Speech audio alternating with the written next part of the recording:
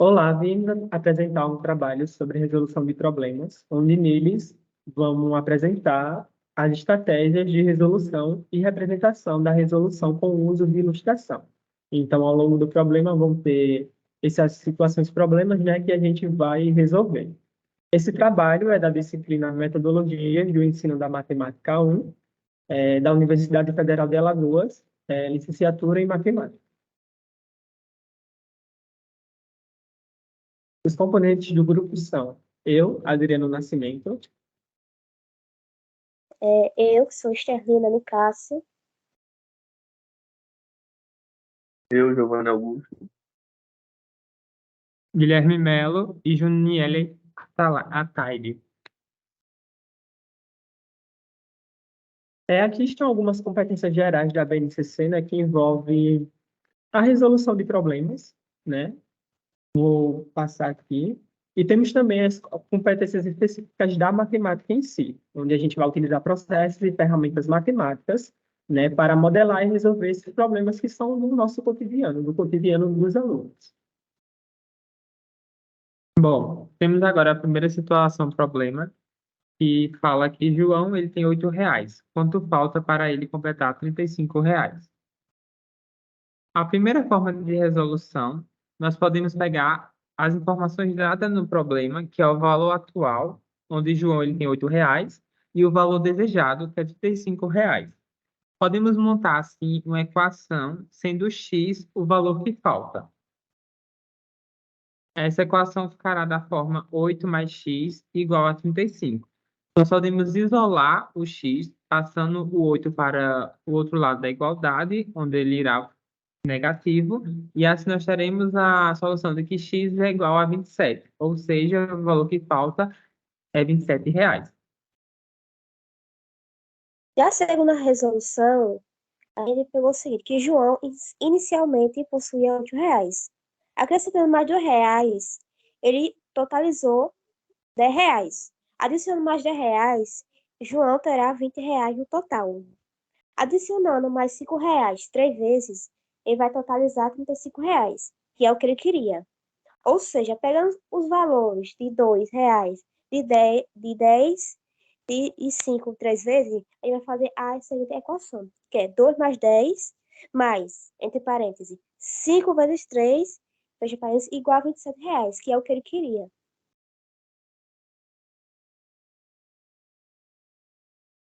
Temos agora a segunda situação, problema, que consiste em Sandra, ela tem 3 cédulas no bolso. Ao todo, essas 3 cédulas são R$ 60. Quais as cédulas ela pode ter no bolso?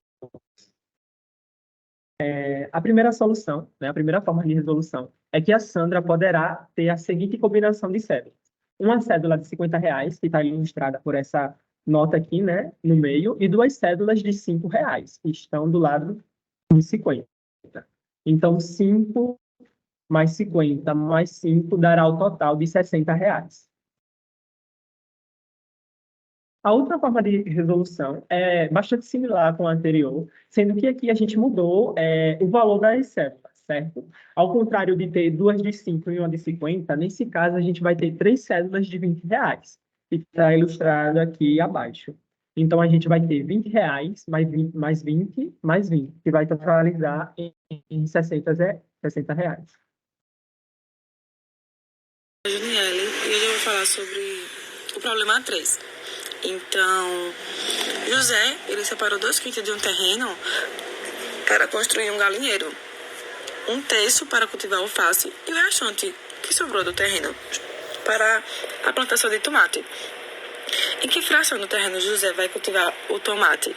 Então, a primeira forma de resolução foi pensada em somar cada fração que o problema nos deu do galinheiro, que é 2/5, mais 1/3, soma, vê o denominador em comum, né, entre 5 e 3, que é 15, coloca no mesmo denominador, e aí soma, né, soma as frações e vê que o resultado é 11 quinzeavos.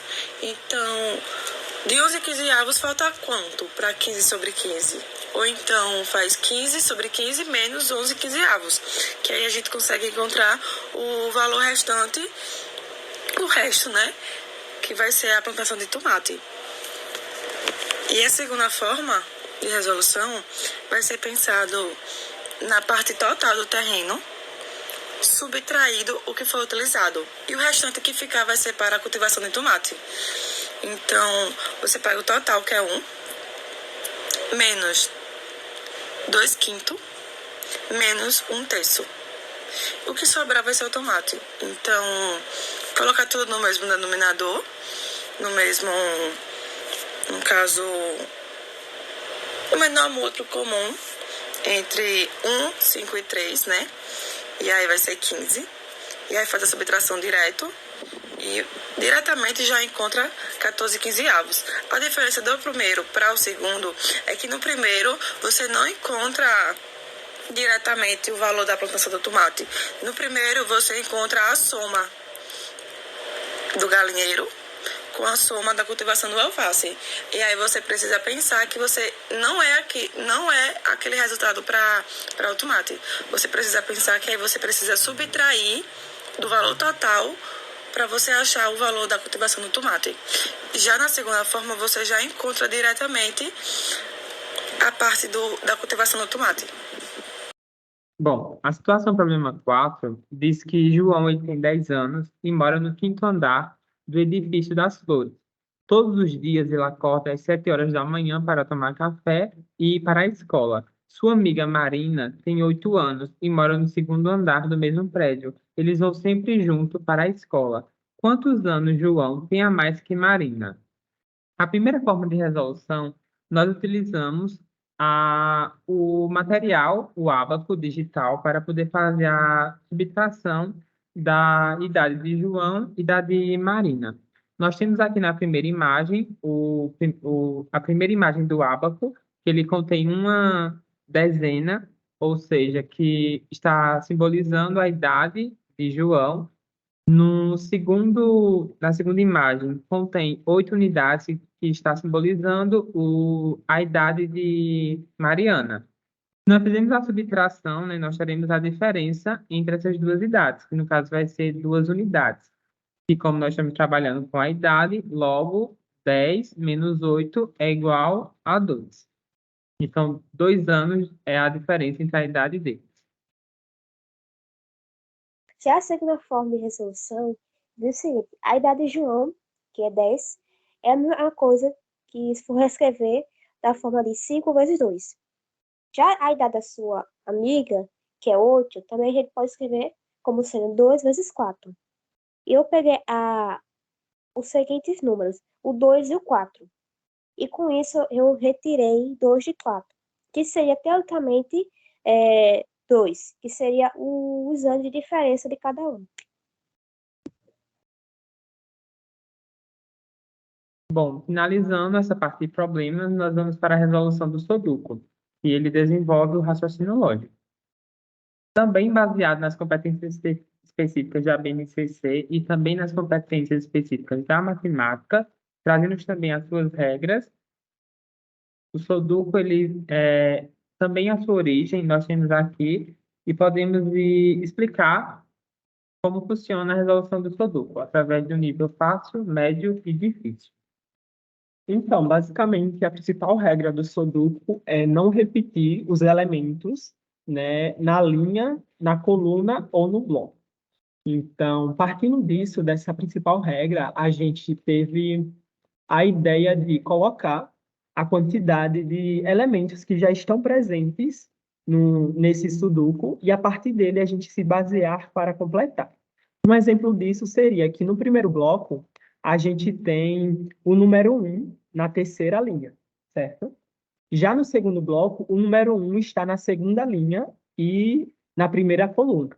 Então, a gente tem a intuição de que no terceiro bloco, o número 1 ele vai estar na primeira linha, não, na primeira coluna e na segunda linha, certo? Então, a gente preencheu esse sudoku partindo desse raciocínio. E aqui já tem ele respondido completamente, certo? Aqui está o número 1, como eu havia explicado anteriormente. Então, partindo dessa regrinha, né, desse raciocínio, a gente conseguiu aplicar isso em todos os blocos, de modo que preenchesse todo o sudoku e não repetisse nenhum elemento, tanto nas linhas, nas colunas ou nos blocos. Explicando agora sobre o Sudoku nível médio, a única diferença de cada nível de Sudoku é que vão diminuindo os números que são apresentados no começo da tabela. Como a gente pode ver, aí no nível médio diminuíram a classe de números que são apresentados, como mostra a tabela ao lado. Explicando como eu fiz do mesmo jeito. Completei primeiro essa segunda matriz, né? Seria o quadrado de baixo. Depois dessa completação, fui desenvolvendo e completando cada coluna e cada linha.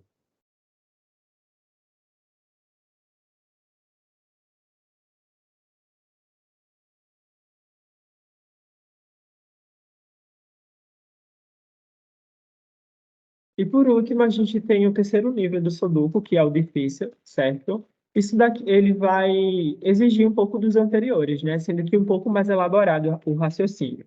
Porque aqui tem alguns números que estão, como eu posso dizer, preenchidos em pequenas quantidades, certo? Então aqui a gente vai ter um pouco mais de cuidado do que na anterior, porque pode ocorrer de a gente colocar alguma peça no local onde não deveria.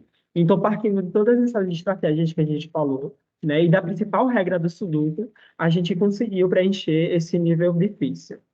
E aqui está a tabela preenchida, certo? Como vocês podem ver, né, não está nada repetido, ficou tudo conforme a regra, né, é exigida.